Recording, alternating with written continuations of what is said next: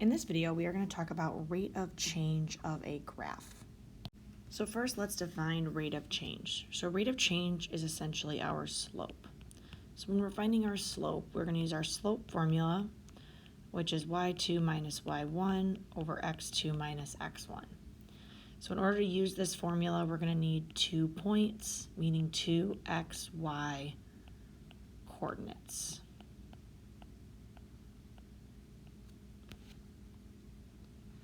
And so when we talk about rate of change, this is the average change from point to point.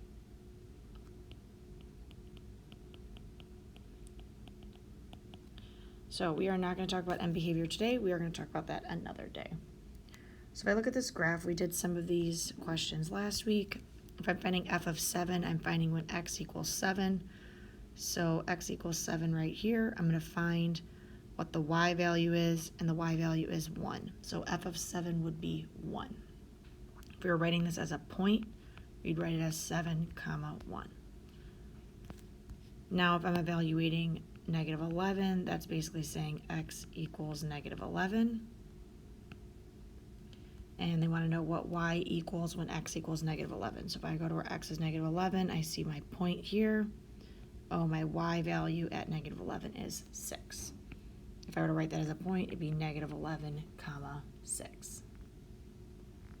Now let's go the other way. Now I'm saying if f of x equals 0, that means if y equals 0, what does x equal? Well, y equals 0 is along the x-axis, excuse me. So I can see 1, 2 spots where my y equals 0. So negative 2.5, let's say, and 2. If we're talking about when y equals 1, oh, I wrote those on the wrong line. Sorry, guys. These should go up here. So when y is 1, what does x equal?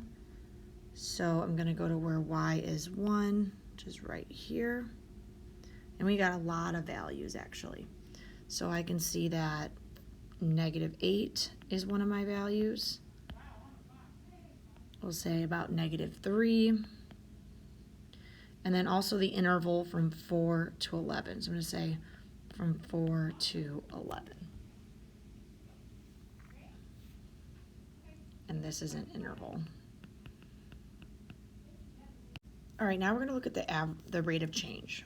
So if I'm looking at the rate of change from negative 4 to negative 2, what I'm actually looking at is the rate of change from negative 4, negative 4, here's my negative 4 point, negative 4, 4, to negative 2, negative 2.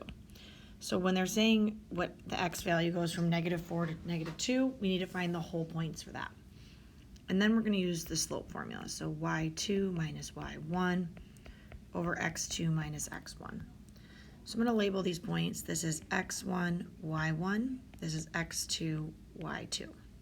So y2 is negative 2, minus y1 is 4. x2 is also negative 2, minus negative 4, which is x1. So I'm going to end up with negative 6 over, well, if I have a minus a negative, this becomes plus, so negative 6 over 2. So I'd have a slope of, or an average rate of change of negative 3. So my average rate of change from negative 4 to negative 2 is negative 3, which makes sense because if I'm looking at the line between these 2 points, I'm going down 3 over 1, down 3 over 1. Now we have to use the slope formula since this is a curve and not a line, but we can see that the average would be about negative 3. Let's do the same thing for this next problem. So I have, what is the average rate of change from negative 2 to 6? So negative 2, we said is negative 2, negative 2. We used that in the last example. Then 6 is over here, 6, 1.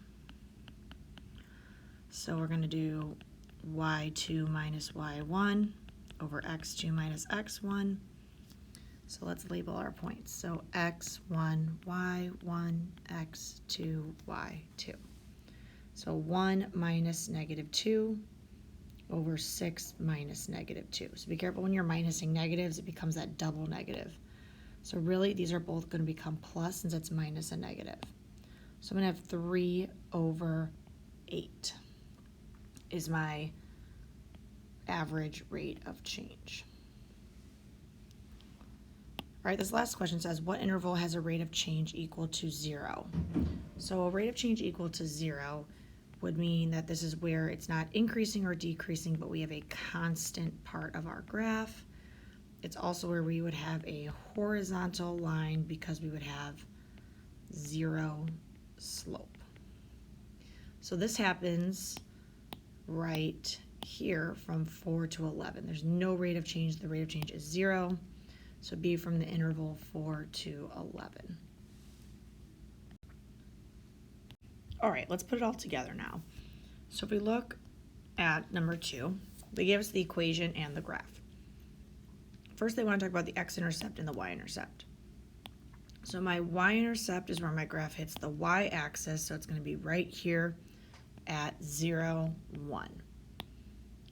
My x-intercept is going to be where my graph hits the x-axis, which is right here, about 0.5. So we'll say 0.5, comma, 0. Or you could say 1/2, comma, 0.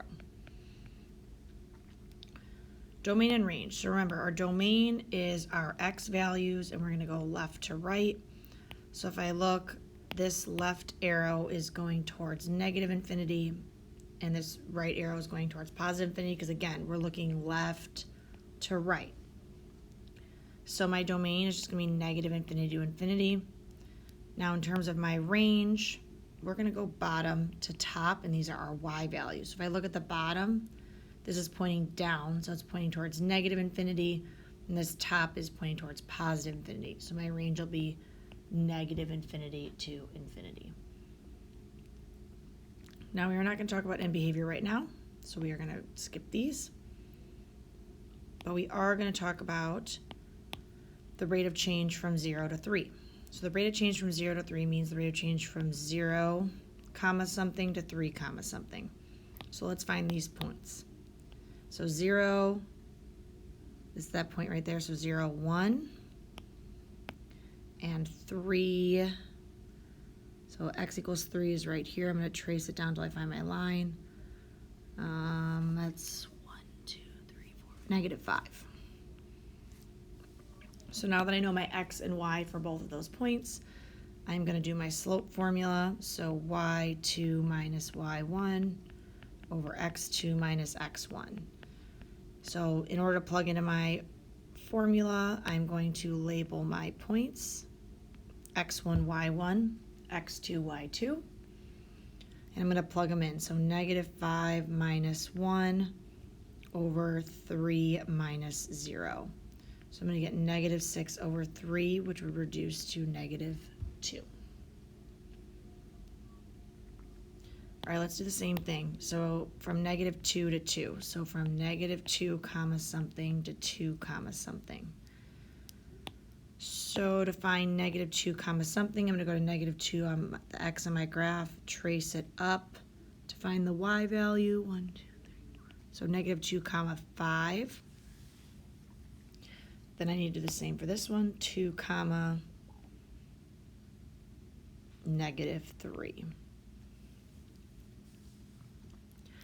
So slope formula, y2 minus y1 over x2 minus x1. So I label my points, x1, y1, x2, y2. I'm going to do negative 3 minus 5 over 2 minus a negative 2.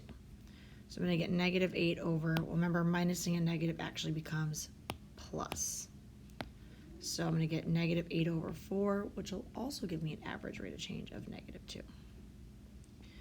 So this last question talks about what is the slope of the line. Well, this is a line, so we know it's going to have a constant rate of change. So I can see that based on the fact that this rate of change was 2 and this rate of change is 2, then the slope of my line would be negative 2. All right, let's look at one more example. Now they give me an absolute value function. So let's review some of this vocab. The vertex is your starting point, x comma y. It is right here. So 1, 2, 3, -3, -2. Which makes sense because this would be left 3, down 2. Now, does this have a minimum or a maximum? Well, it has a minimum because it has that lowest point. All right, let's talk about the interval of increasing. So it's where our graph is going up, which is going to be from here, here to here.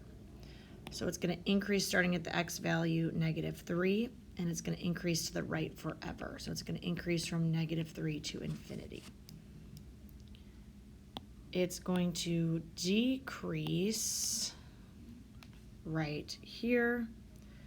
So it's going to decrease from -infinity to -3.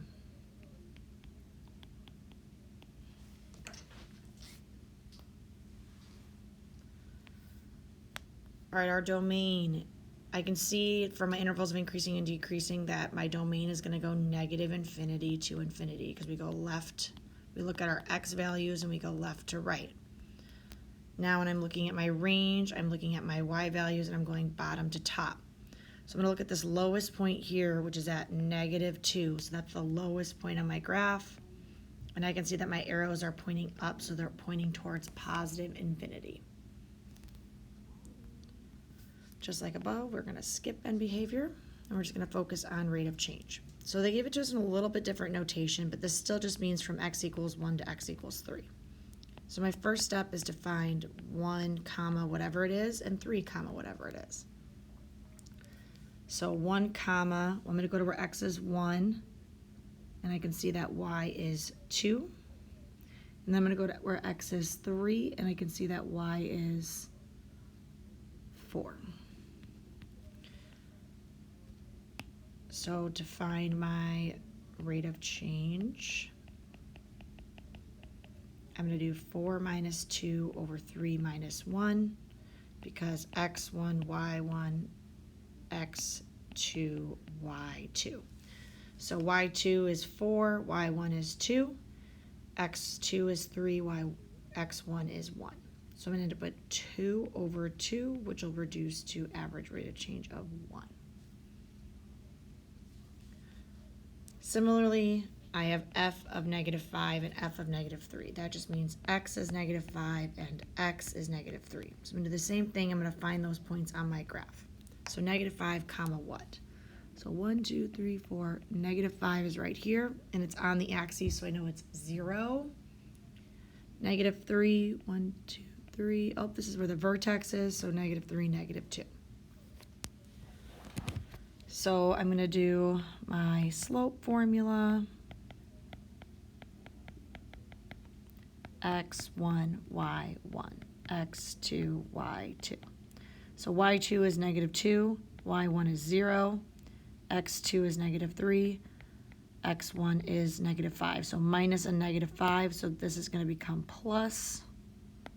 So I'm going to have -2 over 2, which would reduce to -1.